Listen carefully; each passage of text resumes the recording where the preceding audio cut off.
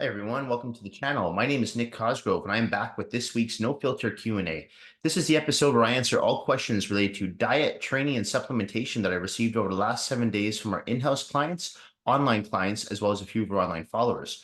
Remember, if you have any questions related to your nutritional plan, workout program, supplements you're taking, not taking, considering taking, please feel free to email me those questions at nick@foreverfitperformance.com, or you can DM me your questions on my Instagram at @fitcosgrove_.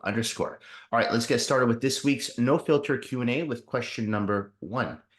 Nick, is it true that eggs are bad for us? My cholesterol levels are high and my doctor told me I need to cut out eggs and avoid red meat. I don't eat red meat, but I do eat 3 eggs for breakfast each day. Okay, good question. So there's actually a lot of misconceptions when it comes to dietary nutrition surrounding eggs. Okay, so let me just get this clear to you right now. Eggs themselves are not bad for us. Okay. The problem with eggs, though, is they can elevate people's cholesterol levels if they're not using omega-3 eggs. All right. So this is one thing that a lot of GPs, doctors don't know is that if you're consuming omega-3 eggs, it'll actually lower your LDL levels, which are your bad cholesterol levels, and elevate your HDL levels, which are your good cholesterol levels. Now, if you're eating the cheap eggs, like the type of eggs that you find at the 7-Eleven or the cheaper version that you buy in the grocery store, yes, they can actually elevate your LDL levels. So you want to avoid those eggs. You want to spend the extra $2, $3 on the carton of omega-3 eggs. I promise you it's worth it. Okay. So that's one thing I stress to clients all the time is don't cheap out on your eggs because that will make a difference. Now, when it comes to red meat, I'm with your doctor on that. I mean, I always tell clients, try your best to limit the amount of red meat you take. Red meat will elevate your cholesterol levels and not in a good way. So you want to really watch that, especially if you have any heart conditions or heart disease that runs in your family through genetics. Okay, so I would agree with limiting or avoiding red meat altogether. I was talking about that last week on the channel when someone was asking about the carnivore diet, and I said, listen, I said the carnivore diet has its issues as well, and one of them is you're at risk for high cholesterol levels because of all that meat consumption. Okay, so you want to watch that. But I promise you, if you're not already doing this, switch over to omega-3 eggs, okay? Because they will have no negative side effects on your cholesterol levels whatsoever. Currently, right now, I've switched my diet again because now we're getting into the summer season. So I switched over to eggs and fish, and I'm doing 10 omega-3 eggs per day, sometimes even 15, and I feel great, okay? And I get my blood work done twice a year, so my cholesterol levels are optimal. So I promise you they have no negative side effects whatsoever. Just make sure when you are choosing eggs, make sure you're choosing omega-3 eggs. Don't cheap out on them. Pay the extra $2, $3 per carton. I promise you it's worth it. All right, next question. Nick, I saw your video on bench pressing and wanted to know how you are able to increase your weight on this exercise if you always do it as your last exercise of your chest workout. I don't increase the weight. No need to. I mean, I talked about this in the past. So there are so many ways to increase intensity in the gym without touching the weight that you're lifting. There are so many times I go into a workout where some days I'm feeling really strong, other days I'm feeling really weak. So I just listen to my body. Okay. So when it comes to bench pressing, the whole concept as to why I put bench pressing at the end of my workout is I've already pre-exhausted pec major and pec minor with all my dumbbell flies, my cable flies, some dumbbell presses. So now I'm going to take a potentially dangerous exercise, barbell bench pressing, which does put a lot of stress on the joints, and do that as my last exercise because my joints are all warmed up now. My joints are all lubricated. My muscle bellies, my tendons, everything is nice and loose. And everything is at the end of or at the point of exhaustion too. So I don't need to lift ridiculously heavy weight to stimulate muscle failure, right? So that's why I put it at the end. So I don't have to go so heavy. So I don't put added stress on my joints and my tendons. So it just shows you that your muscles don't have eyes. Your muscles don't know if you're bench pressing 315 or you're bench pressing 135, right? If it's a challenge for your muscles, they're going to respond. So I always try to remind clients that as well. I'm like, listen, don't get caught up on the amount of weight that you're lifting. Just really try to take each exercise, especially on your final set, to true failure. Okay. So if a weight feels too light, you increase it. If it's starting to feel too heavy, your form is starting to go to shit, decrease it. You've got to listen to your body. You have to pay attention to your workouts. And again, this is why I tell people they cannot be cruising on Instagram or looking at TikTok videos in between sets. You've got to be focused and dialed into your workout. So after every set, if you're not training with a trainer, you've got to ask yourself, was that set too easy? Or was my form breaking, right? Do I feel like I'm not feeling in the right muscles? If you're not feeling the right muscle bellies, drop the weight. Okay. So it's very important to really pay attention to when you're training. Even if you've been training for 15, 20 years like me, I still pay attention to my workouts. And I always think, okay, how did that set go? Can I make that set better? How can I improve on my last set? And it's not always increasing the weight. Sometimes, like I said, it's decreasing the weight, slowing down the repetitions, doing some static contractions, really trying to get the most out of every single rep. Okay. So you've got to get the ideology of trying to always increase your weight out of your head, because unless you're a power lifter, there's no reason for it. Okay. Some of the guys and women who I've seen have the best physiques don't lift really heavy weights, right? I've talked about my legs in the past, and a lot of people comment on, how well developed and how defined my legs are. I squat 315 pounds for 10 reps. That's not really heavy weight. You talk to a lot of guys my age or older, and they're squatting like 450 to squatting over 500 pounds. But it's not about the weight that you lift. It's how you contract the muscle bellies, how you control the reps, and how intense each set is. So minimal rest periods, right? You're staying in the set. You're staying in the workout. You're staying focused, laser focused on your next set coming up. And that's how you produce results. Okay, so I don't worry about increasing the weight. That's irrelevant to me. As long as it's challenging for me, that's all I care about. Okay. Okay. Nick, can you please explain the difference between a regular deadlift and a straight leg deadlift? I don't get how they are much different from one another, except for having to keep your knees straight on one exercise and knees bent on the other exercise.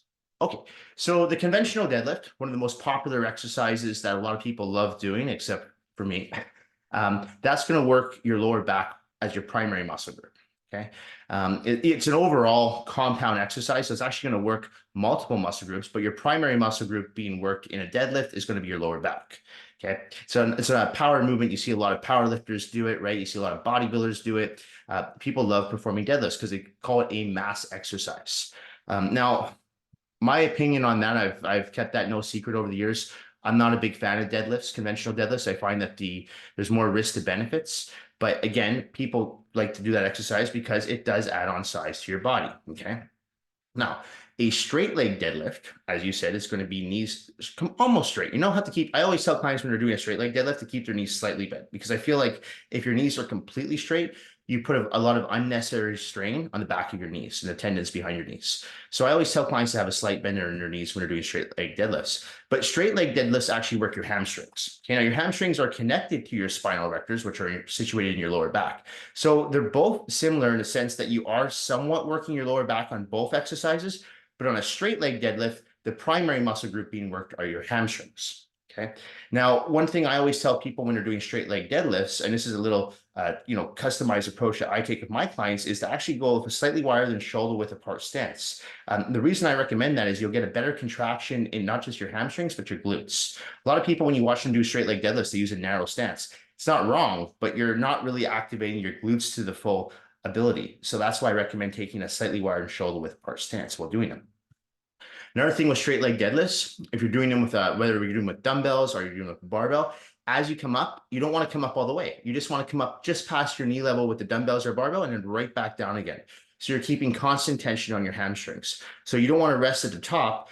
As soon as you go back down, you want to go back up again. And as soon as you go past your knees with the barbell or dumbbells, you go right back down again. And that's going to keep constant tension on the hamstrings and the glutes.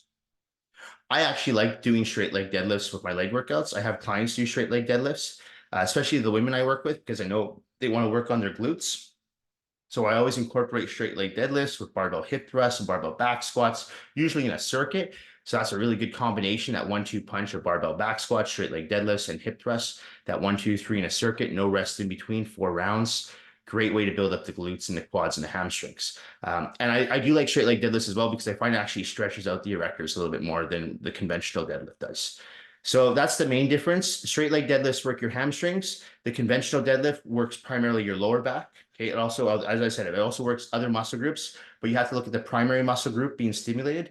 So straight leg deadlift, hamstrings, primary muscle group, glutes, secondary muscle group, lower back would be, I would say, the third muscle group.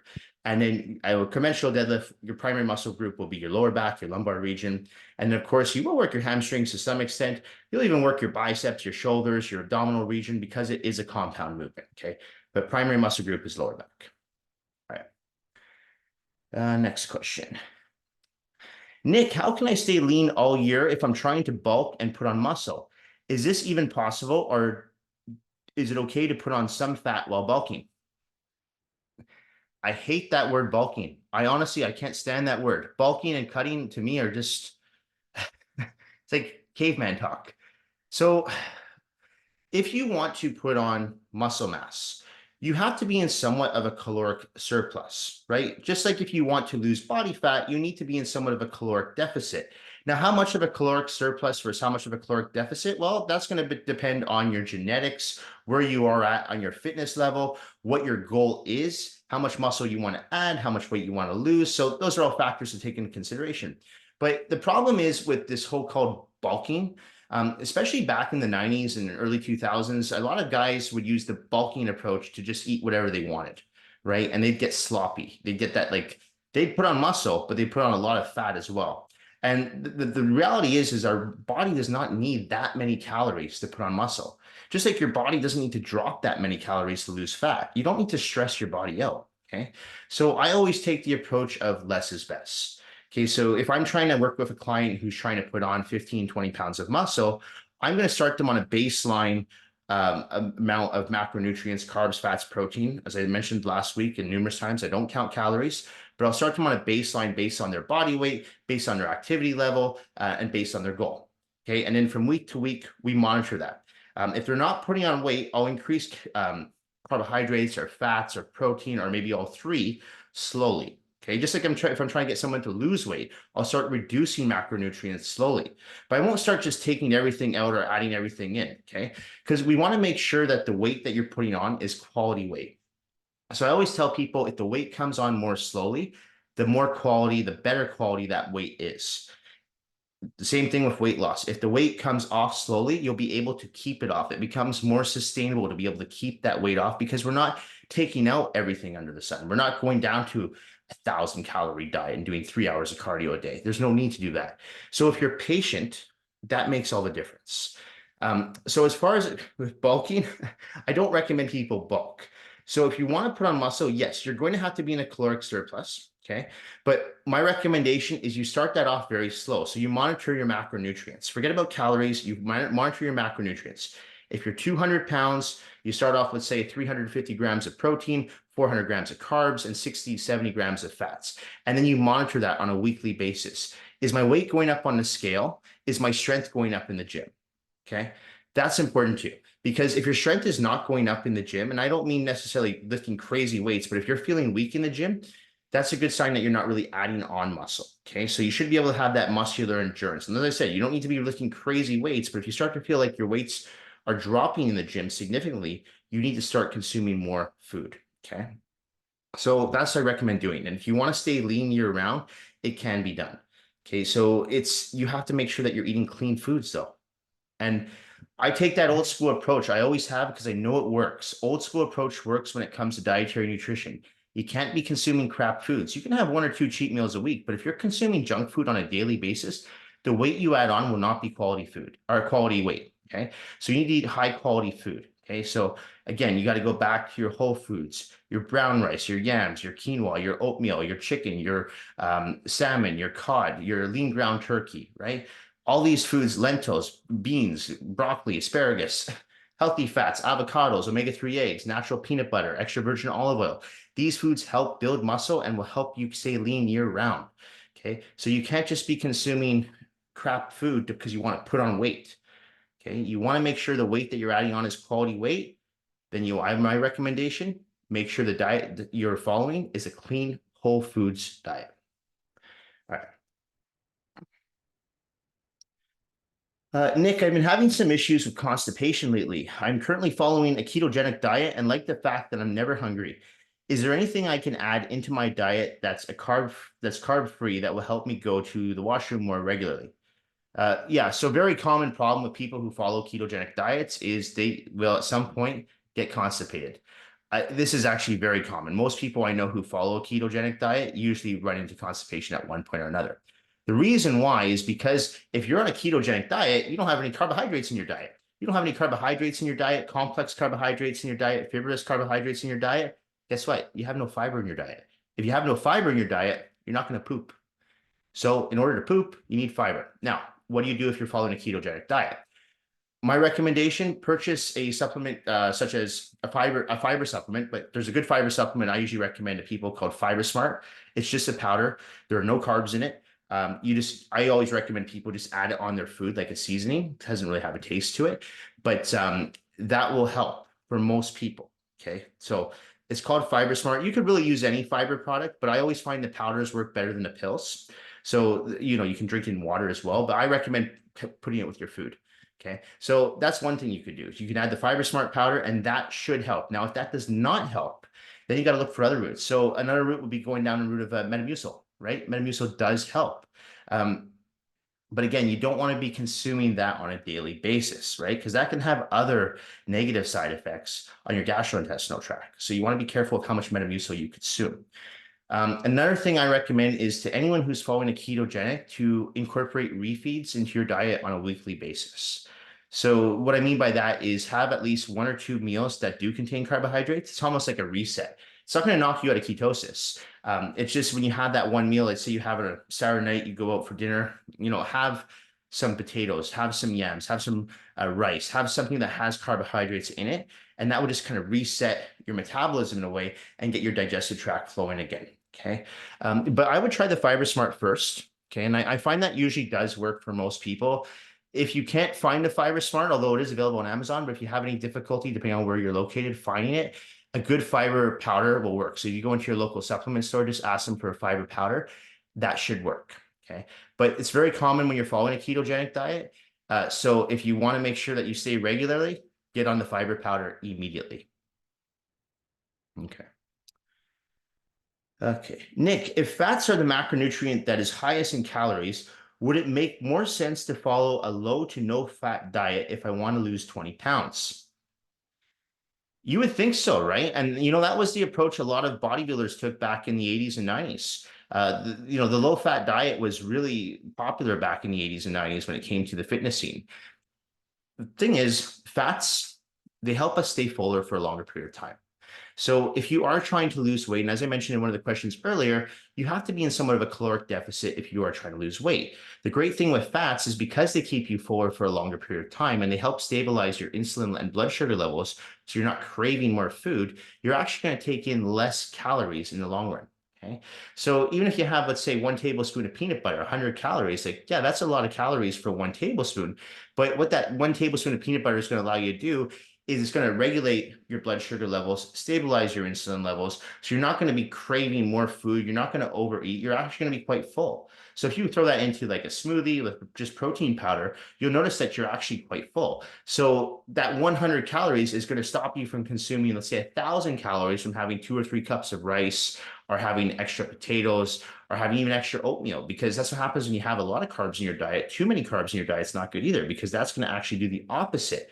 Right? It's going to spike your blood sugar levels and it's going to make your insulin levels fluctuate. So you don't want that. So that's why I always tell people who are trying to lose weight, we don't want to eliminate fats. Like, yes, we need to keep everything moderately low, but we don't want to just take them out completely. So I don't recommend following a no fat diet. When it comes to weight loss though, I mean, relatively low fat, low carbohydrates, I'd still keep protein levels high, but how low and how high, that will obviously depend on the individual, right? How much weight you have to lose, your body type. Are you an endomorph, ectomorph, mesomorph, a combination of two of those, man versus woman. So those again are factors you have to take into consideration when you're dieting down. Because as I mentioned last week, I've had people on weight loss plans that are consuming 5,000 calories a day and they're losing 2 pounds a week. I have other people that are consuming less than 2,000 calories a day and they're barely losing 1 pound a week. So it just depends on your genetics and how much weight you have to lose. Okay. So yeah, that's my recommendation. Sorry, my alarm's going off. My recommendation is don't follow a no fat diet if you're trying to lose weight. You want to put fats in your diet. And don't forget too, fats are an essential macronutrient. We can live without carbohydrates, but your body actually needs fats, especially your brain. Without fats, you're not going to be able, you're going to be able to think as clearly. So you don't want to eliminate fats from your diet. I think fats are one of the most misunderstood macronutrients because a lot of people, when they read food labels, they do look at fats. They go, oh, that's too high. I'm like, well, hold on a second. Is it high in trans fats? Is it high in saturated fats? Is it high in polysaturated fats? So you have to figure out which fats it's high in. Because avocados and eggs and peanut butter are high in fats, but those are good fats, right? So whereas muffins, cookies, chocolate bars, they're high in bad fats. They're high in saturated fats aren't completely bad, but they're high in trans fats, which are bad, and they are high in saturated fats. And as I mentioned in the first question, too much saturated fats are not good for us, right? We do need a little bit of saturated fats, but too much not good for us. So my recommendation, don't avoid the good fats, keep them in, but like anything, monitor your macronutrients, because too much of anything is going to, if you're into a caloric surplus, regardless if all the food you're eating is clean and healthy, you're not going to lose weight, right? So you have to watch that. All right. Okay. Nick, I never have energy for the gym anymore. I've tried having a double espresso before I go to the gym and then even 2 scoops of pre-workout before I train, and I still feel tired. Do you think I should go to my doctor, or does this just sound like burnout to you? I mean, you could go to your doctor for sure. It does sound like a combination of a bit of adrenal fatigue, and you fried out your receptors, okay, which is very common with people who rely on a lot of stimulants. So I have clients who they start their day with like 2 double espressos and then they'll do 7 to 8 cups of coffee throughout the day. The problem with that is you're frying out your receptors. So too much stimulants is not good for the body, right? And your body becomes very accustomed to that. So someone who barely has any caffeine in their diet, when they have a cup of coffee, they're going to feel wired. That's me, for example. I have 1 cup of coffee a day. I'm wired off that. It takes me like 6 hours to drink that 1 cup of coffee. Whereas other people like you, they're having like 2 or 3 double espressos before they even start their day. So the problem with that is because your body does become accustomed to it. So it needs more and more. Now, what's happened in your case is you have fried out your receptors and you might be suffering from a little bit of adrenal fatigue and burnout, right? So my recommendation, it's not going to be easy, but would be to actually cut out the caffeine for the next 3 to 4 weeks completely.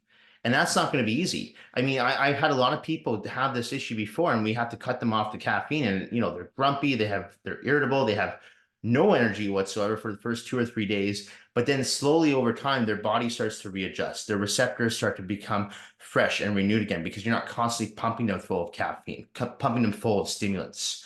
Okay. So you have to take it out. And in my experience, the best way to do it is just take it out completely. Cut it out because, yeah, you could start to decrease it, but why not just cut it out completely? Go through the first 3 to 4 days of no energy. I mean, you already have no energy now. It will get better though. I've seen this time and time again with people when they start to eliminate caffeine from their diet, not forever, just for a few days, just preferably if you can for a few weeks, and then slowly start to incorporate it back in again. But if you're doing 2 scoops of pre-workout and then 2 double espressos before the gym, I mean, that to me, that would give me a heart attack because I would be shaking nonstop. So I wouldn't recommend doing that. Okay, that puts a lot of stress on the heart. Too much caffeine will put too much stress on the heart, regardless if you have a heart condition or not. You should not be consuming, in my opinion, more than 200 milligrams of caffeine per day. Okay, so again, to give you an idea, a grande at Starbucks is about 50 milligrams of caffeine. So you want to keep that to like less than 200 milligrams of caffeine. So if you're going to do that, that's 4 cups of coffee a day, right?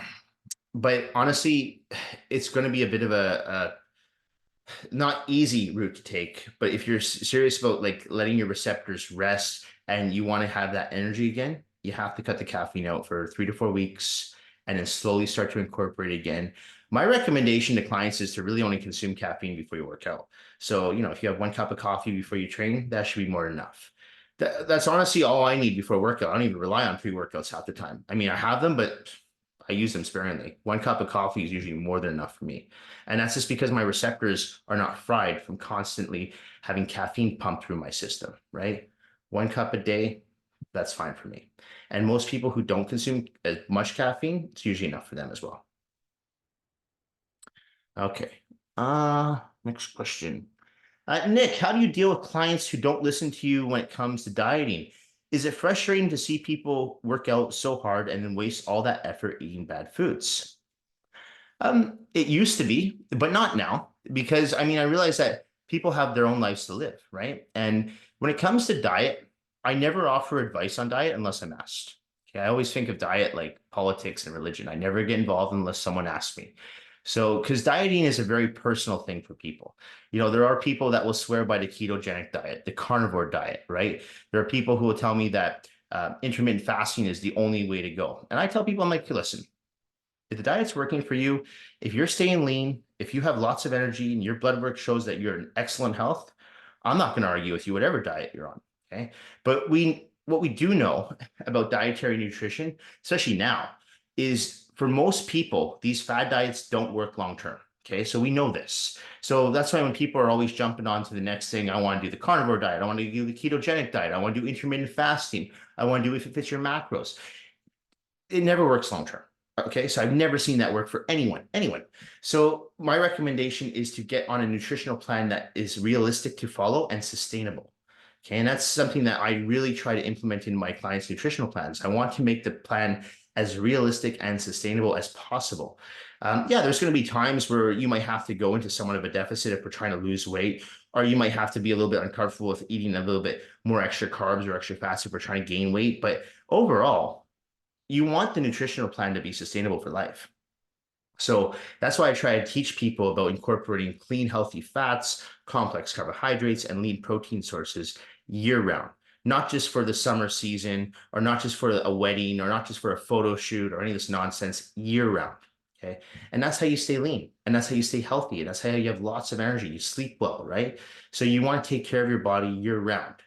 So that's just my recommendation.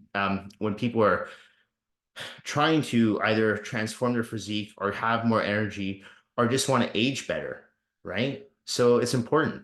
Um, but does it frustrate me? No, not anymore, because I'm like, they're adults. My clients are adults. They know what they're doing. If they want help with their diet, I'm happy to help them. But if they're like, you know what, I'm not ready to change my diet. I want to have tons of dairy. I want to eat lots of sugary fruits. I want to have that pineapple. I want to have that mango. I want to have my muffin in the morning. I'm like, all right, have it. I'm not going to lecture you. You're an adult. If you want my opinion, I'll tell you my opinion. If you want my advice, I'll give you my advice. If you want my recommendation, I'll give you my recommendation. But if you don't want it, I'll just shut up and I'll train you, or I'll have one of the trainers train you, and that's it. But I'm never going to lecture somebody, because people I work with are adults. I don't work with kids. So people know. Okay. Okay. What we got here? Two more questions. Okay. Nick, I need to lose 100 pounds and maybe even more. I don't go to the gym, but would be willing to start. What would you recommend I do first to start with my weight loss program? Diet or exercise? I'm going to recommend you do both. Why not do both? Why start one over the other, right? So the two go hand in hand. So if you're trying to lose, in your case, 100 pounds or more than 100 pounds, my recommendation is you got to dial in your diet and you got to get on a regular training program. Now, again, I know it's going to be a lot at first, and that's why I recommend taking little steps. So instead of going to the gym 6, 7 days a week, start off at 2 to 3 days a week. Instead of doing a 1 hour workout, do a half an hour workout. Do the less is best approach. When it comes to your diet, now I don't work with you, so I don't know what your diet looks like. But if your diet is, let's say, incredibly unhealthy, let's say it's full of chips, is full of, having burgers, you're having fries, you're having cake, and you're having, cereal, and you're having all this crap food, you're going to change that. But my recommendation is to not do a 180 and change it completely, but make little changes, right? So if you're someone, for example, who has Frosted Flakes for breakfast every day, switching over to oatmeal is going to be a big challenge for you. But if you just do that one little change and you keep the rest of your diet the same for the rest of the day, that one little change will add up to 1 day, to a week, to a month. So if you're making little changes, it'll become easier for your body. Okay. So this is not what I recommend with the caffeine. The caffeine, as I mentioned before, I would just recommend cutting it.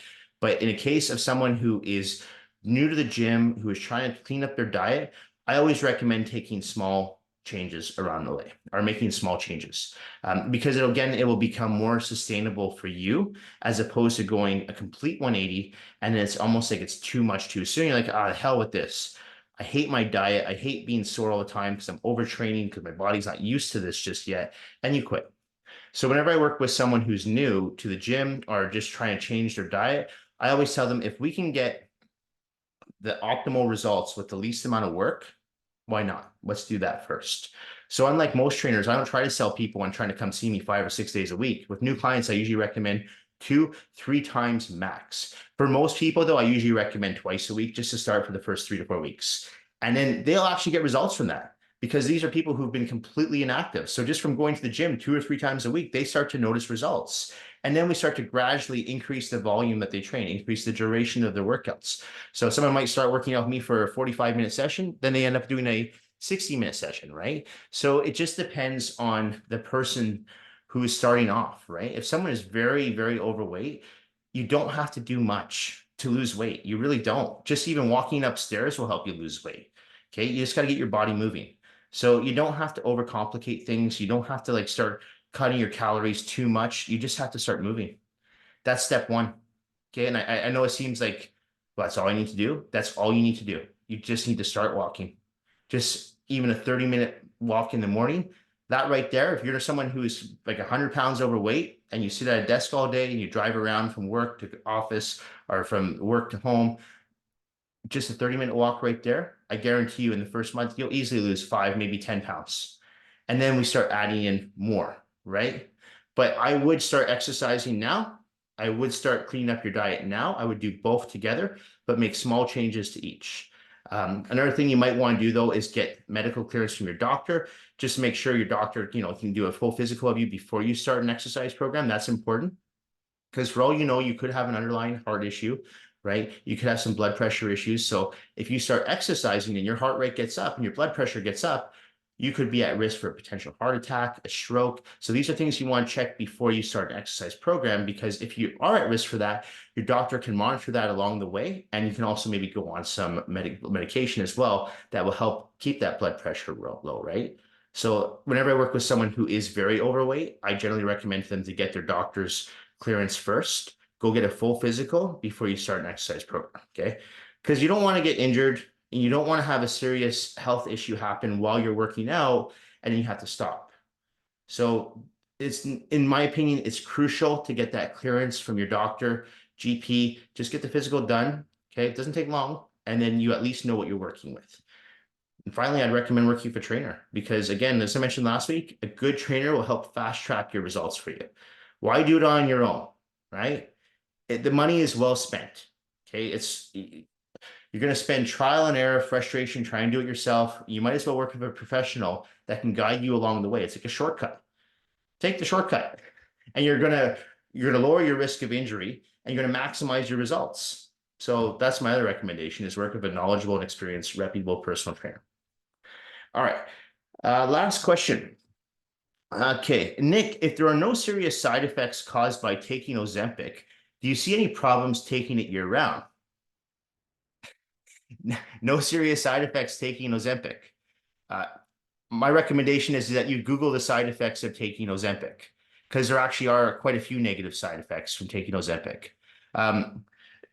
Not to mention the fact that Ozempic gastrointestinal disorders can also lead to things with issues with your kidneys, your pancreas. I have clients who actually are on Ozempic. It's prescription based for them because they are type 2 diabetic. One thing is a common side effect of Ozempic is they constantly feel nauseous. They don't have appetites, but they're nauseous. Now, I've seen that side effect happen I have about 3 or 4 clients right now on Ozempic, all type 2 diabetics.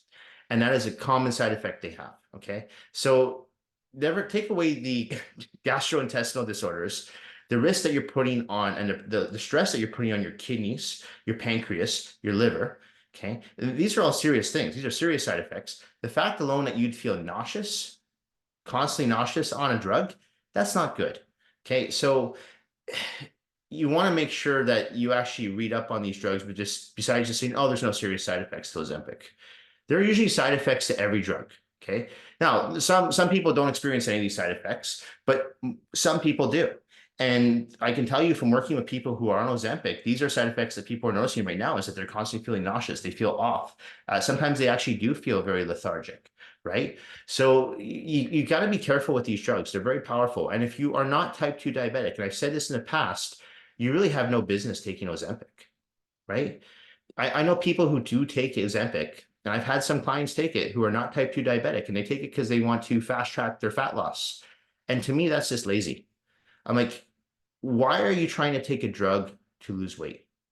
Why be lazy, right? I talked about this in the past, is losing fat and building muscle in a natural way. That's going to actually produce and strengthen your character, right? Taking drugs, taking fat burners, taking steroids, and all these, they're all crutches, but you're not really doing it yourself, right? So it's that sense of accomplishment, like, hey, I accomplished this by myself. Maybe I had a team behind me. I had my trainer helping me. I had my family support, my friends support, my girlfriend support, whoever. But at the end of the day, I used all my natural capabilities. I didn't rely on a drug to help me, right? So this is why I tell people, I'm like, you don't need them. You don't need the drugs. Do it naturally. Don't risk having those side effects. And there are side effects. So why put your body at a risk for those side effects when you can just do it naturally? Yes, it might take a little longer. Yes, it's going to be more challenging, but that helps build character, right? And that's crucial because I've always told people that one of the things that's helped me become so successful in my own personal life is from everything I've done in the gym. The gym has kept me disciplined with my diet. It's kept me disciplined with my training. So that transitions to other areas of my life, with my finances, with my real estate, with my investments. So it's crucial, in my opinion, to discipline yourself. And yeah, when things get hard, push through them. Don't just go for a drug. Do it yourself. It can be done, right? Work with a trainer that can help you. That's not cheating.